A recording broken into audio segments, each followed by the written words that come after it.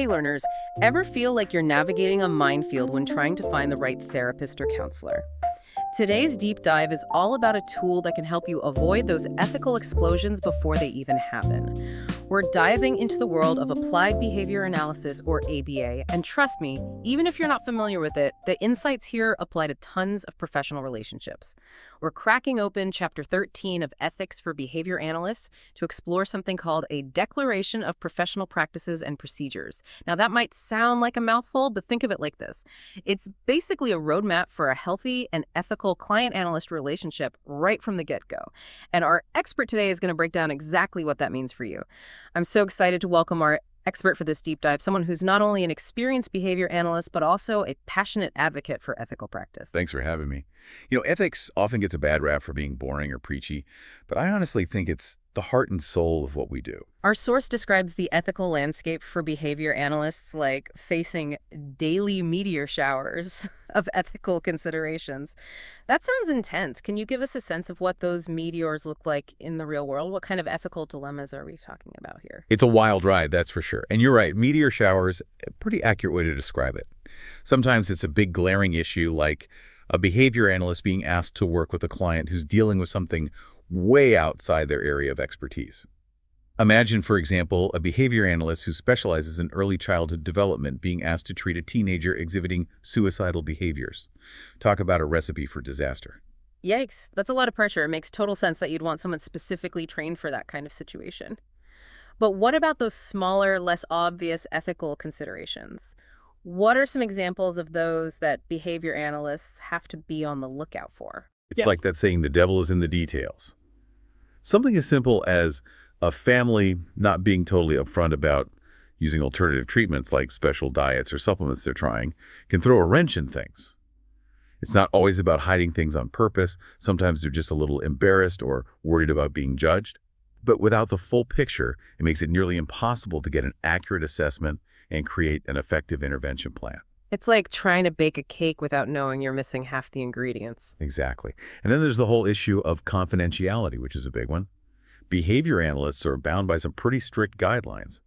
But things can get tricky when you're worried about a client's safety.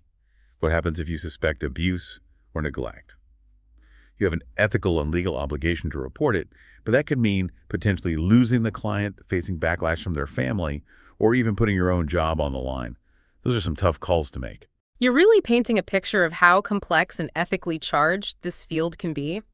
It makes you realize that behind those therapy sessions, there's a whole lot going on behind the scenes, which is why having something like a deflector shield, as our source calls it, sounds incredibly valuable. And that's where this Declaration of Professional Practices and Procedures comes in, right? Absolutely.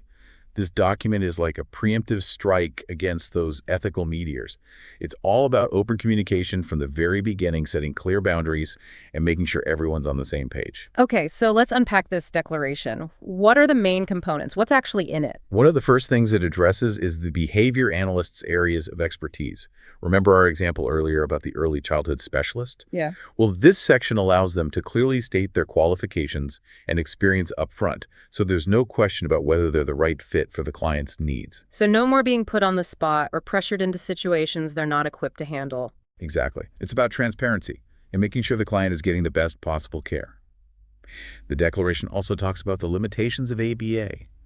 It's not a magic wand, and we need to be upfront about that. Results aren't guaranteed, and what works for one person might not work for another. It's about managing expectations and making sure everyone's coming into this with a realistic understanding. You got it. And it's a two-way street.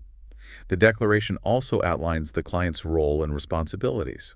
It stresses the importance of honesty, active participation, especially when it comes to data collection and maintaining respectful communication throughout the process. So it's about setting the stage for a genuine partnership right from the start. Precisely. And it's amazing how many potential problems you can avoid just by having those open conversations up front. I bet. But okay, let's dive into some of the specifics of this declaration.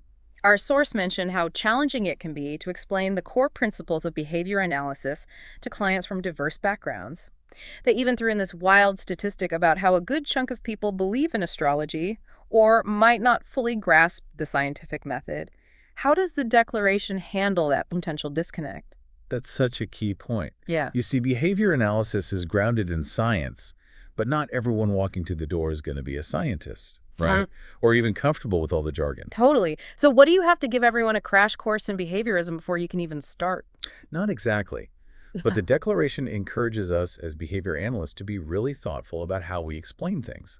It's about using clear language, ditching the technical terms, and making sure the client understands the why behind what we're doing, even if they don't necessarily agree with every single principle. So it's like finding that common ground, that shared language, even if you're coming from different perspectives. You nailed it. It's all about building that bridge of understanding. And this actually leads us to another super important section of the Declaration, confidentiality. I think we can all agree that confidentiality is huge in any therapeutic relationship, but it's especially vital in behavior analysis because we're often dealing with really sensitive behaviors. Absolutely. And our source mentioned that breaches of confidentiality are sadly one of the most common ethical dilemmas behavior analysts face. How does the declaration help prevent those breaches from happening? Well, first and foremost, it lays out exactly what confidentiality means in this context. It reassures the client that their information is protected and won't be shared without their consent, except for some very specific situations outlined by law. So it's like that safety net is built right into the agreement from the get-go. Right. And here's where it gets really interesting. The declaration also spells out those exceptions to confidentiality, like the duty to report suspected abuse or neglect, which we touched on earlier. Right, because as much as you want to protect your client's privacy, sometimes there are bigger ethical and legal obligations at play. Exactly. And the beauty of the declaration is that it acts as both a shield and a guide. It shields the client's privacy by clearly outlining those limited situations where confidentiality might be broken. But it also guides the behavior analyst by stating their ethical and legal duties. It's like having that ethical backbone, knowing you're not just making these decisions in a vacuum, but that you're following professional standards. You got it. It provides a framework for ethical decision-making, even in those high-pressure situations where you have to make a judgment call that could have serious consequences. And you're right, it can be incredibly tough, especially when you think back to those cases where behavior analysts lost clients or even jobs after reporting abuse. The declaration doesn't erase those risks, but it makes it crystal clear that prioritizing ethical conduct is paramount. It's about doing the right thing even when it's hard. Speaking of tricky situations, another section of the declaration that caught my eye was the one about gifts and invitations.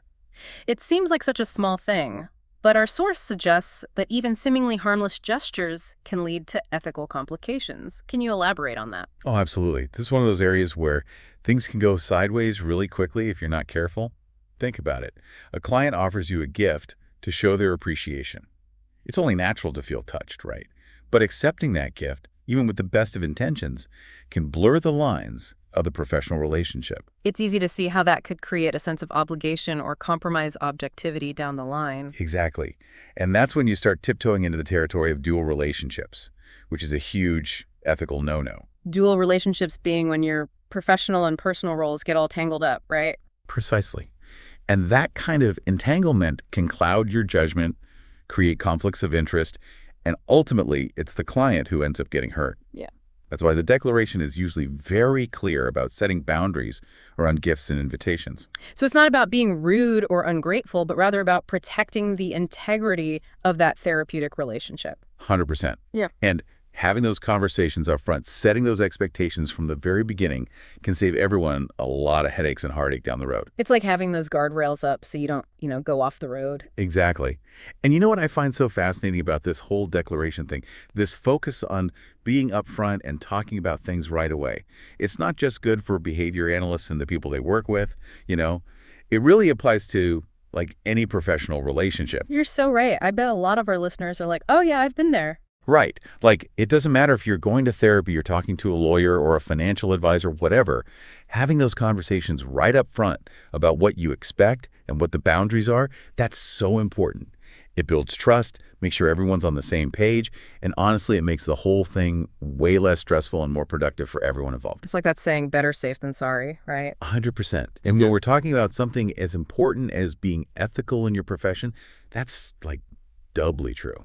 Absolutely. This declaration of professional practices and procedures, it really seems like a secret weapon for making sure behavior analysts are ethical. But I'm Yeah. curious, what about those situations that pop up that aren't specifically mentioned in the document?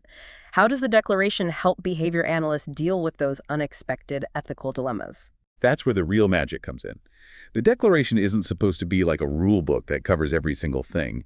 It's more like a framework to help you think ethically, if that makes sense. It encourages us as behavior analysts to think critically, talk to our colleagues, and always put the client's well-being first. So it's like building that ethical muscle, the ability to look at a situation and make good judgments based on the fundamental values of the field. Precisely. It's about creating a culture where people are aware of ethical issues and can make decisions ahead of time, and that benefits everyone involved. We've covered a lot today about this amazing tool for ethical behavior analysis, but I want to talk directly to our listeners for a sec. Some of you might be thinking, this is all very interesting, but how does this apply to me?